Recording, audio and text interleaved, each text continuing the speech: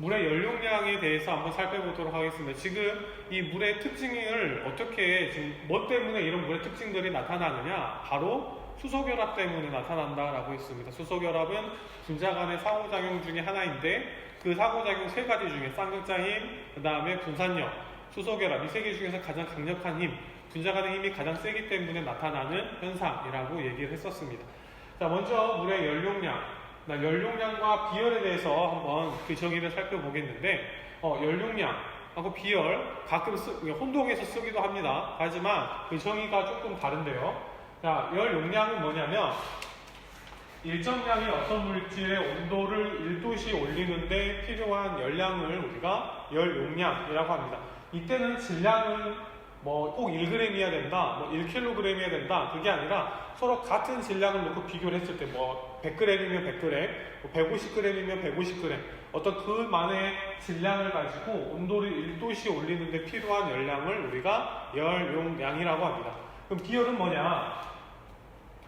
좀 글씨가 좀 잘 보이려나 모르겠지만 비열 같은 경우에는 일정한 부피 또는 일정한 압력에서, 자, 부피하고 압력이 일정한 상황에서 어떤 물질 1g의 온도를 1도씩 올리는 데 필요한 열량을 우리가 비열이라고 합니다. 그래서 열용량과 비열의 차이는, 비열은 단위 질량, 즉 1g이라고 하는 가장 기본적인 질량을 기준으로 해서 온도를 1도씩 올리는 데 필요한 열량, 그 다음에 연용량은 그런 질량, 꼭 1g이 아니라 10g이든 20g이든 상관없이 온도를 그 물질 1도씩 올리는데 필요한 열량을 우리가 열용량이라고 합니다.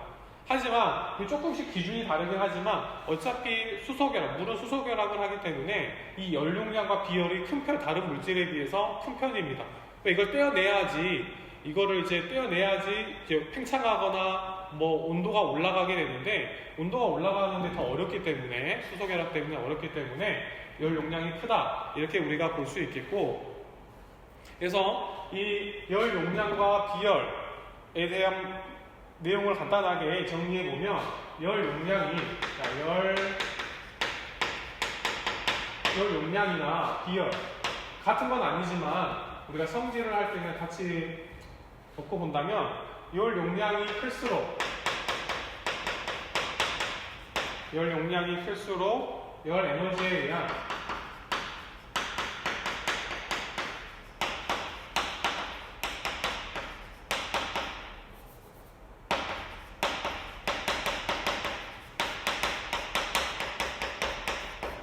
온도 변화가 적다, 이렇게 정리를 해주면 되겠습니다. 물의 연용량이 되겠는데요.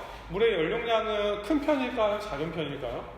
당연히 큰 편이겠죠. 비율도 당연히 클 겁니다. 다른 일반적인 물질에 비해서 클 겁니다. 그래서 금속이 됐든 다른 액체가 됐든지 간에 물의 연용량은 다른 물질에 비해서 큰 경우라고 보면 되겠는데요. 그래서 왜 물의 열 용량이 크냐? 물의 열 용량은 이제 우리가 큰 편이라고 볼 수 있는데, 왜 그러냐면 이런 것들이 이제 수소결합과 관련이 있기 때문에 그렇습니다. 그래서 이걸 정리해 보면, 물은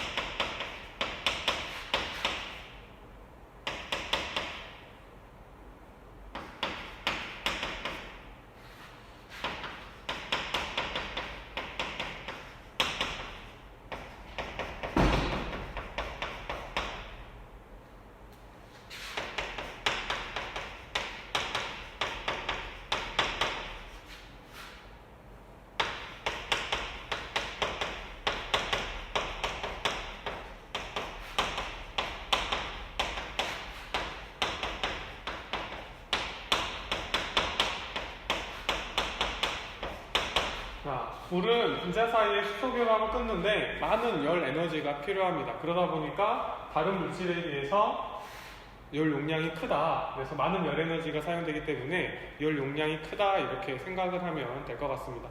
그래서 근데 무조건 열 용량이 크다고 해서 수소결합 때문에 엄청 크다가 아니라, 당연히 열 용량은 질량이 기준되어 있지 않기 때문에 뭐 질량이 엄청 크다면 연용량도 크긴 하겠죠. 그래서 일반적으로 비열 가지고 많이 비교를 하게 되는데, 비열도 그 물질의 물리적인 성질이니까, 그래서 비열 같은 경우에는 질량을 1g이라고 기준을 놓고 얘기하기 때문에 어떻게 보면 열 용량보다는 비열이 조금 더 낫지 않을까라는 생각도 해봅니다. 그래서 물의 연용량은 수소결합 때문에 크다, 이렇게 우리가 정의해 볼 수 있겠고요. 물의 연용량이나 비열이 크기 때문에 나타나는 현상 몇 가지가 있는데요. 살펴보면 다 알고 있는 겁니다.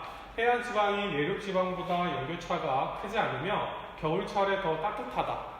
왜 해안 지방이 더 따뜻하고 연교차가 더 심하냐, 더 덜하냐면 물 때문에, 물의 비열이 크다 보니까 온도 변화가 많이 날 것 같지만 물에 의해서 온도 변화가 잘 일어나지 않죠. 왜냐하면 물이 어느 정도 열 에너지를 뭐 머금거나 그렇게 해버리기 때문에 더 따뜻하다 또는 연교차가 크지 않다, 이렇게 볼 수 있겠고, 해안가에서 낮에는 해풍이 불고 밤에는 육풍이 분다, 이렇게 우리가 볼 수 있습니다. 자, 해풍은 바다에서 육지로 불어오는 바람, 다 알고 있겠지만, 육풍은 육지에서 바다로 흘러나가는 그런 것들이 되겠는데, 보게 되면 왜 낮에는 해풍이 불게 되느냐, 보게 되면 낮에는 육지가 바다보다 더 온도가 빨리 상승합니다. 그래서 상승기류가 생기고, 그 다음에 바다는 더 상대적으로 온도가 낮기 때문에 하강기류가 생겨서 상승, 하강하면서 이렇게 불게 됩니다. 선생님, 위쪽은 아닌가요? 위쪽은 아니고 육지, 저희 이제 고도가 낮은 거의 해발 고도를 기준으로 했을 때 여기를 바다에서 육지로 불어오는 바람이 불게 되고, 밤에는 식지 않습니까? 그러면은 비열이 큰 물질이 더 빨리 식겠죠. 그래서 바다 쪽이 늦게 올라가지만 또 늦게 떨어집니다. 또 반대로 육지는 또 빨리 올라가지만 또 빨리 온도가 내려가게 됩니다. 그래서 이번에는 육지 쪽에서 하강기류, 바다에서 상승기류에서 이제 반대로 바뀌겠죠. 그래서 이제 여기가 육풍이 불게 되는 겁니다. 이것도 이제 물의 비열이나 연용량이 크기 때문에 이런 현상들이 나타난다, 이렇게 설명할 수가 있게 되는 겁니다. 자, 원래 이게 두 번째 나와야 되는데 선생님 순서를 잘못해가지고 세 번째 나왔네요. 자, 우리 몸에 체온이 일정하게 유지되는 것 또한 우리 몸이 물이 많이 있기 때문에 뭐 온도가 주변의 기온이 낮아지거나 올라가더라도 체온이 그에 따라서 올라가거나 내려가거나 그러진 않죠. 그것도 물의 비율로 설명할 수 있고, 지구 전체의 기온이 일정하다. 지구도 많은 물로 바다가 대부분을 차지하고 있기 때문에 물에 의해서 이게 온도가 크게 변하지 않는다, 이렇게 설명할 수가 있습니다.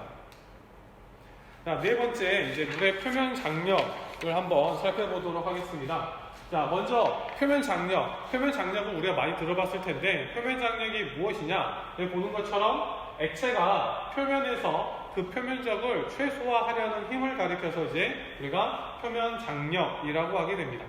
자, 그러면 이 표면 장력은 이름에서도 볼 수 있듯이 표면이 상당히 중요한 역할을 하게 되는데, 자, 여기 그림이 이제 표면 장력이 나타나는 그 이유를 간단하게 설명을 하고 있습니다. 자, 이 비커에 어떤 특정한 액체가 담겨져 있는데, 액체를 이제 액체 분자를 이렇게 하나의 공같이 구로 표현을 했습니다. 자, 그랬을 때 내부에 있는 분자, 그 다음에 액체 표면에 있는 분자, 이렇게 두 가지로 나누어서 한번 살펴보면, 자, 액체 내부에 있는 분자는 이 분자를 중심으로 똑같은 분자들이 둘러싸고 있죠. 모든 면에서 둘러싸고 있기 때문에 이게 뭐 위쪽, 아래쪽, 그 다음에 뭐 왼쪽, 오른쪽 앞뒤 할 것 없이 모든 방향에서 힘이 작용합니다. 똑같은 힘이. 그러다 보니까 그 힘의 합을 구하게 되면 0이 되죠. 그래서 결국에는 이 분자는 뭐 실제로는 받지만 알짜 힘은 어느 쪽으로도 받지 않는 그런 상황이 됩니다. 하지만 여기 표면에 있는 액체 분자의 경우에는 조금 상황이 다른데요. 왜냐하면 이 표면에 있는 경우는 아래쪽에는 분자가 있지만 위쪽에는 분자가 없습니다. 따라서 아래쪽에 있는 분자가 서로 잡아당기는 상호작용은 있지만 위쪽은 아무것도 없기 때문에 잡아당기거나 하는 상호작용이 없죠. 그럼 어떻게 될까요? 여기 있는 분자는 내가 당기고 하지만 결국엔 알짜 힘이 0이 되지만, 이 분자는 알짜 힘이 어디로? 내부로 향하게 됩니다. 내부로. 그러다 보니까 이 표면에 있는 분자들이 더 안으로 내부로 들어가려고 하는 현상이 생기게 되는데, 그런 현상들을 그런 것들이 이제 어떻게 표현을 하냐면 표면적을 최소화한다라고 말을 하는 겁니다. 그래서 이러한 현상 때문에 바로 표면 장력이 생긴다 이렇게 볼 수가 있다는 거죠.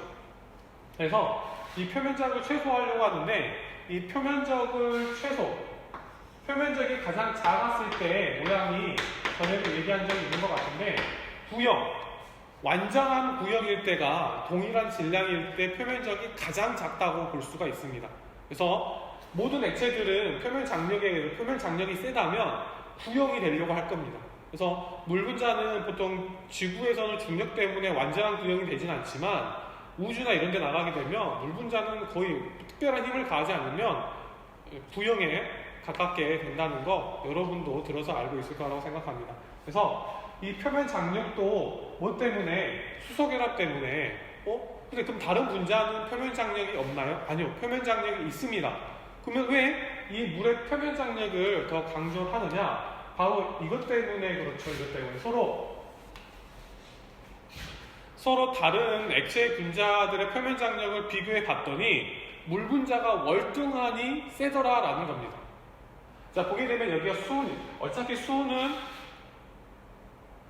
금속이죠, 금속은 금속 결합을 하고 있기 때문에 분자가 아니기 때문에 하지만 이 액체다 보니까 따로 놔둔 건데 자, 여기 수은이 있고 물이 있고 비눗물이 있고 에탄올이 있습니다. 수은하고 물은 어느 정도 그 모양이 액체 모양이 보이는데 자, 비눗물은 안 보이니까 선생님이 그려볼게요. 여기 테두리를 이렇게 자, 이렇게 비눗물, 에탄올은 이렇게 생겼습니다. 조금 더 널쩍하게 퍼져 있는 걸 볼 수가 있는데 자, 그러면은 표면 장력이 세면 셀수록 어떻게 되느냐? 이게 표면 장력이 세면 셀수록 어때요? 표면적을 최소화한다고 했죠. 표면적이 최소화한다는 건 구형에 가깝다는 거니까 점점 구형에 가까워질수록 즉 뭐 유리판에 있을지라도 구형에 가까울수록 더 분자 간의 힘이 세다고 볼 수 있겠죠. 근데 얘는 분자가 아니니까 내두더라도 물, 비눗물, 에탄올 이렇게 세 가지를 비교했을 때 누가 표면 장력이 클까요? 그렇죠. 물이 크다는 걸 볼 수가 있습니다. 왜? 더 동그라니까. 구형에 가까우니까. 그래서 표면 장력이 약할수록 더 넓게 퍼져 있고 표면 장력이 셀수록 더 동그랗게 모여 있게 됩니다. 근데 단 조건이 있습니다. 단 조건이 있는데 어떤 조건이 있냐면 우리가 뭐 플라스틱이나 뭐 그런 조금 물과 친하지 않는 성질이 있는 표면에다가 고체 표면에 물방울을 떨어뜨리면 어떻게 되죠? 완전 동그랗죠. 근데 유리판에 놓으면 똑같은 질량을 놔뒀을 때 조금 더 물방울이 퍼져 있는 걸 볼 수가 있습니다. 똑같은 물인데 뭐 다른 걸 섞지도 않고 그랬는데 왜 플라스틱 위에 있을 때랑 유리판 위에 있을 때랑 똑같은 질량의 물인데 이 동그란 정도가 다른가요? 자, 그거는 여기서는 따로 언급을 하진 않지만 답을 간단하게 얘기하자면 그 판에 플라스틱과 유리의 성질이 다르기 때문에 그래요.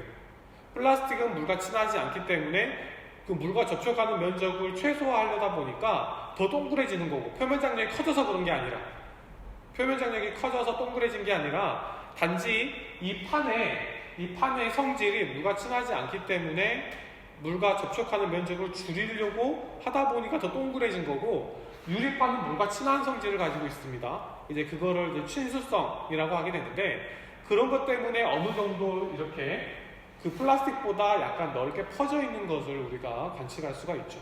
근데 이거는 여기서 나오진 않는 것 같아요. 그 여기서는 뭘 물어보냐? 이렇게 여기다가 A, B, C 어디가 더 분자 간의 힘이 더 세냐? 심지어 물어보겠죠. 어떻게 물어볼까요? 끓는 점이 높겠느냐? 아니면 분자 간의 힘이 상호작용이 누가 더 세겠느냐? 이렇게 물어볼 수 있습니다. 자, 왜냐하면 표면 여기 나와 있죠. 액체의 표면 장력은 분자 간의 힘이 강할수록 커집니다. 아까 그림에서 봤듯이 분자를 서로 내부로 잡아당기는 힘이 크면 클수록 더 동그래지겠죠. 더 최소화할 수 있을 테니까. 그래서 우리가 뭐 미지의 액체 이렇게 나와 있을 때 이 동그란 정도를 가지고 표면 장력의 크기를 비교할 수 있고 이 표면 장력의 크기를 가지고 우리가 분자 간의 힘 또한 예측할 수가 있다는 거 여기서 우리가 꼭 기억을 해둬야겠습니다. 그래서 여기다가 한번 적어보면 표면 장력은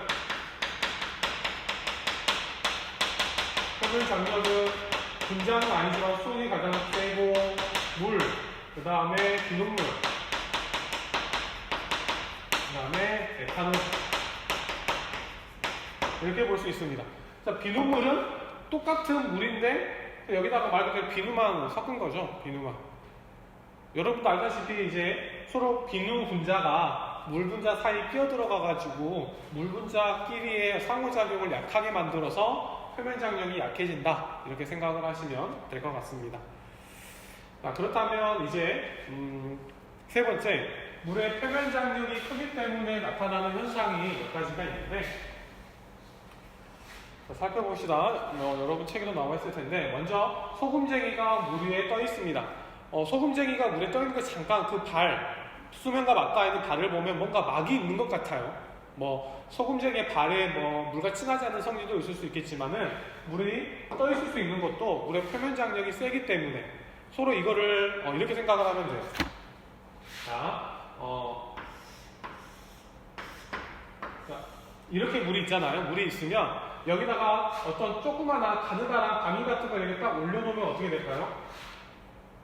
가라앉으려고 하겠죠. 자, 그럼 이걸 좀 느린 시간으로 살펴보면 이게 바늘이나 클립이나 놓게 되면, 자, 여기가 이제 바늘이 이렇게 있고 수면이 이렇게 좀 들어갑니다. 수면이 이렇게. 수면이 들어가겠죠? 그럼 어떻게 돼요? 자, 여기의 표면적과 여기의 표면적 누가 더 넓어요? 오른쪽이 더 넓죠. 근데 물은 표면 장력이 세니까 이렇게 되기보다는 이렇게 되려고 한단 말이에요. 그죠? 그러니까 이 바늘, 조금 더 가벼운 그런 물질이 물의 표면에 닿는 순간 표면적이 넓어지는데 물의 표면 장력은 크기 때문에 이 넓어지는 걸 허락하지 않나요? 그러다 보니까 이게 이 형태로 계속 버티고 있는 거죠. 안 돼. 내가 이제 수소결합이 버틸 수 있는 한 계속 버티는 겁니다. 무슨 말인지 알겠죠? 그래서 이렇게 보면 이런 표면적을 줄이려고 하는 물의 표면 장력이 크기 때문에 소금쟁이가 물에 떠 있다. 또 말 그대로 모양이 동그랗다. 그죠? 우주에서 물방울을 딱 풀었더니 띄었더니 구형의 완전한 구형이 되었다. 이런 것들이 다 표면 장력이 크기 때문에 나타나는 현상이고, 아까 이거 똑같아요. 소금쟁이가 물에 떠 있는 거랑 수면의 클립 또는 바늘 이런 것들을 살짝 얹어봐. 금속이잖아요. 금속인데도 가라앉지 않아요. 밀도가 큼에도 불구하고, 물보다 밀도가 큼에도 불구하고 이 표면 장력 때문에 가라앉지 않는다. 그 다음에 이거 잘 보세요. 이거는 이제 좀 약간 표면 장력의 크기를 비교할 수 있는 문제와도 연관이 되는데, 자, 물에 가득 담긴 컵에 동전을 넣어도 물이 넘치지 않는다. 자, 무슨 말이냐면 컵이 이렇게 있습니다. 우리가 최대한 아예 넘치지 않을 정도로 담을 수 있을 만큼 담아요. 이렇게 넘실 거의 넘을 듯 말 듯. 자, 이 상황에서 여기에다가 동전을 집어넣어요. 동전을. 그러면 동전의 부피만큼 커지니까 이 물이 컵 밖으로 흘러나와야 정상인데, 우리가 아는 바에 의하면. 근데 동전을 넣으면 이게 나오지 않고 이렇게 볼록해져요. 이렇게. 왜요? 이게 원래는 넘쳐야 되는데 물의 표면 장력, 서로 물 분자끼리 서로 잡아당기는 힘이 상호작용이 크다 보니까 이걸 이렇게 못 넘치게 서로 만들다 보니까 이렇게 볼록 튀어나오게 됩니다. 그럼 계속 볼록해지냐? 아니죠.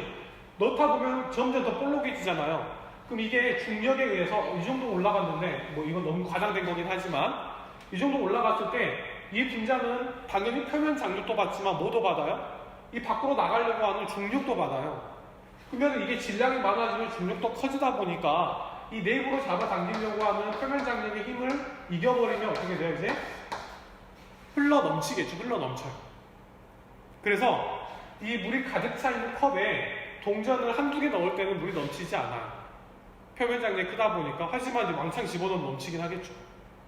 그럼 선생님이 아까 이걸 소개할 때, 그러면 이 액체의 표면 장력을 어떻게 크기를 비교할 수 있느냐? 생각해 보세요. 동전을 5개 넣었는데 넘쳤다. 근데 동전을 10개 넣었는데 넘쳤다. 그럼 누가 더 표면 장력이 클까요? 표면 장력이 크면 더 많이 볼록해질 수 있어요. 그렇죠? 10개 넣었을 때 10개 나온 액체가 더 표면 장력이 크겠죠. 왜? 10개만큼의 부피를 넣어도 그 부피가 넘치지 않게끔 잡아줄 수 있는 힘이 있다 보니까 그 녀석의 액체가 더 표면 장력이 크다 이렇게 볼 수 있습니다. 뭐 이걸 동전을 가지고 실험할 수도 있고요. 뭐 클립을 가지고도 실험할 수 있고. 네, 클립은 당연히 아래쪽에 가라앉아야 되겠죠. 떠 있는 게 아니라. 네, 그런 식으로 이제 표면 장력의 크기를 비교할 수 있게 되는 겁니다. 자, 이렇게 이제 표면 장력에 대해서 알아봤었고, 이제 마지막 모세관 현상에 대해서 살펴볼게요. 여기 책에는 모세관 현상이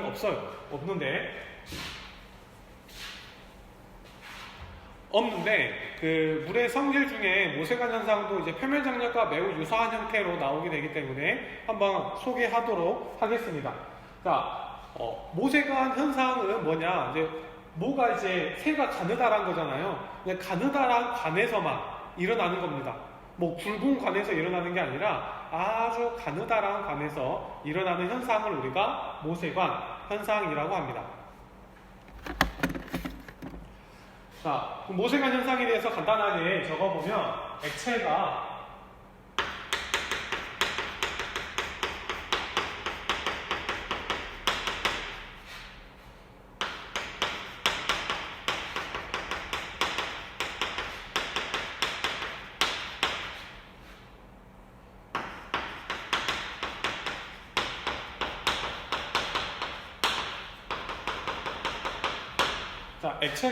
가는 관이나 미세한 틈을 따라 올라가는 현상을 말하는 겁니다.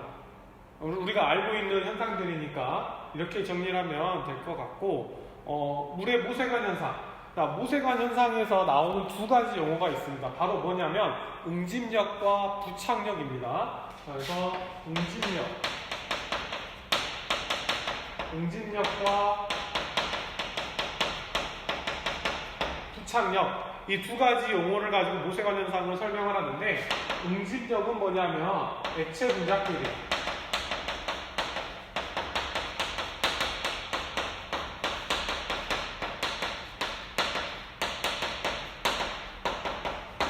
액체 분자끼리 작용하는 힘을 우리가 응집력이라고 하고, 부착력은 부착되는 거죠. 뭐가? 액체가 고체가 뭐가 있을까요?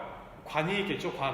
가느다란 관과 액체와의 상호작용을 우리가 부착력이라고 합니다. 그래서 액체와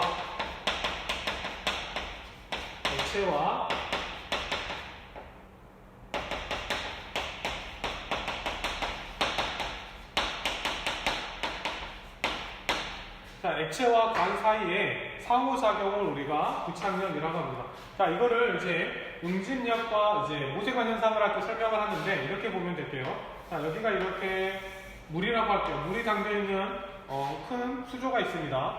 거기에 이제 가느다란 관을 집어 넣어야 되는데, 가느다란 관 하면 이제 그리기가 어려우니까 조금 이제 굵은 관으로 할게요. 자, 이렇게 좀 설명하기 쉬우려고 좀 가느다란 관이라고 할게요. 가느다란 관을 집어 넣습니다. 자, 여기가 이렇게 물이 이렇게 있고 물이 이렇게 있습니다. 자, 그럼 수면이 올라갈 텐데, 자, 맨 처음에 수면이 여기 있겠죠. 이렇게 같다고 생각해 봅시다. 같으면 어떻게 되느냐? 여기 가느다란 관 안에 이제 간이 좁다 보니까 어떻게 되냐면 이 관과 이 액체 사이의 부착력이 크면 이게 따라 올라갑니다. 관을 타고. 그래서 어떻게 되냐면 이런 형태로 수면이 변하게 돼요. 액체 표면이 이렇게 변하게 됩니다. 근데 이렇게 하면 어때요? 노란색의 액체 표면이 너무나 넓죠. 그래서 결국에는 이게 너무 넓어서 최소 표면 장력에 의해서 이 표면이 올라갑니다. 왜요? 최소화하기 위해서. 그럼 누가 끌어올립니까? 이쪽에 있는 물 분자들이 아래쪽에 있는 물 분자를 끌어올려요. 왜? 응집력이 크니까. 표면 장력이 크기 때문에. 끌어올리면은 이 노란색이 올라가서 이렇게 됩니다. 이렇게. 완벽하게 반듯 수평해지진 않고 어느 정도 이제 아래로 이제 좀 오목한 표면이 되는 거죠. 만약에 응집력이 크다면 어떻게 될까요? 여기서 멈추지 않고 한 번 더 하겠죠. 더 올라가겠죠. 이렇게 표면적이 넓어졌네. 그럼 표면적을 줄여야겠다. 다시 표면적을 줄이는 이러한 현상이 일어납니다. 그래서 다시 또 올라갑니다. 그래서 이런 과정을 반복해서 결국엔 가느다란 간 안쪽에 수면이 밖에 있는 수면보다 쭉 올라가게 되는 거죠. 더 높이 올라가면 올라갈수록 뭐가 크냐?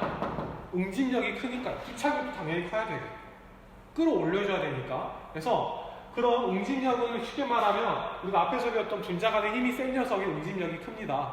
그래서 분자간의 힘이 클수록 이 가느다란 간에서 더 많이 이렇게 올라가는 걸 볼 수가 있습니다. 그리고 물의 경우에는 아까 말했지만 이런 이 관 안의 표면이 이렇게 오목해지는데 이 오목해지는 이 표면을 뭐라고 하냐면 메니스커스라고 합니다. 메니스커스라고 불러요. 이게 선생님 그러면 이 메니스커스가 항상 오목하나요? 그거는 이제 액체의 종류에 따라 조금 다릅니다. 그러니까 물을 예를 들었으면은 이와 메니스커스가 반대로 볼록해지는 메니스커스는 예를 들 때 누구를 예로 많이 들냐면 수은을 예로 많이 들어요. 수은은 분자가 아니기 때문에 금속 결합을 하기 때문에 응집력이 부착력보다 어마어마하게 세요. 이 경우는 부착력이 어느 정도 응집력보다 크니까 이렇게 조금 오목하게 됐는데 이게 수은의 경우에는 응집력이 부착력보다 훨씬 크거든요.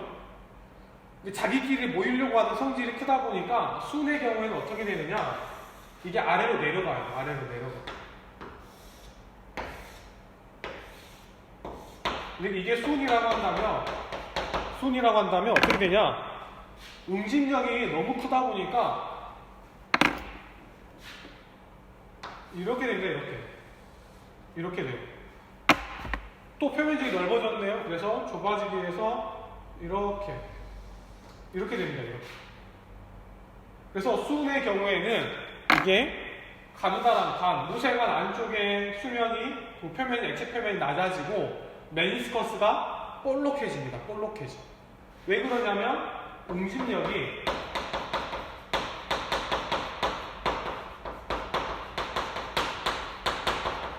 부착력보다 훨씬 크기 때문에 이런 현상이 나타나게 되는 거죠. 그럼 물의 무쇠관 현상은 어떻게 될까요? 이와 같이 나타나겠죠. 이렇게 위로 올라갑니다. 그리고 메니스커스가 오목해지죠. 이게 물의 무쇠관 현상인데 이것도 수소결합 때문에 물의 표면장력, 분자간의 힘이 세기 때문에 나타나는 것들 중에 하나가 될 수가 있습니다. 이해가 됐나요? 자, 그러면 이제 마지막으로 물의 모세관 현상과 관련된 현상은 무엇이 있는가 한번 살펴볼 텐데, 모세관 현상과 관련된 거는 우리가 알다시피 식물의 뿌리는 이제 삼투압에 의해서 물을 흡수하지만 그 흡수된 물이 어디로 올라가냐, 저기 잎이나 줄기에 타고 올라가려면 그냥 삼투압으로 올라가는 게 아니에요. 그건 이제 모세관 현상으로 이제 올라가게 된다 하면 되겠고요. 또 화장지 있잖아요. 화장지를 우리가 닦는 데 쓰지만은 물에 흘렀으면 화장지를 딱 놓지 말고 살짝 끝에서부터 살짝 대보면 딱 닿는 순간 물이 쫙 빨아 올라가죠. 흡수하죠. 왜요? 모세관 현상, 미세한 틈이 있기 때문에 쭉 빨아 올라갑니다. 무슨 말인지 알겠죠? 그런 것들이 모세관 현상으로 다 설명할 수 있는 내용들이다, 이렇게 보면 될 것 같습니다. 자, 여기서 과제 하나 내줄게요. 어렵지 않아요?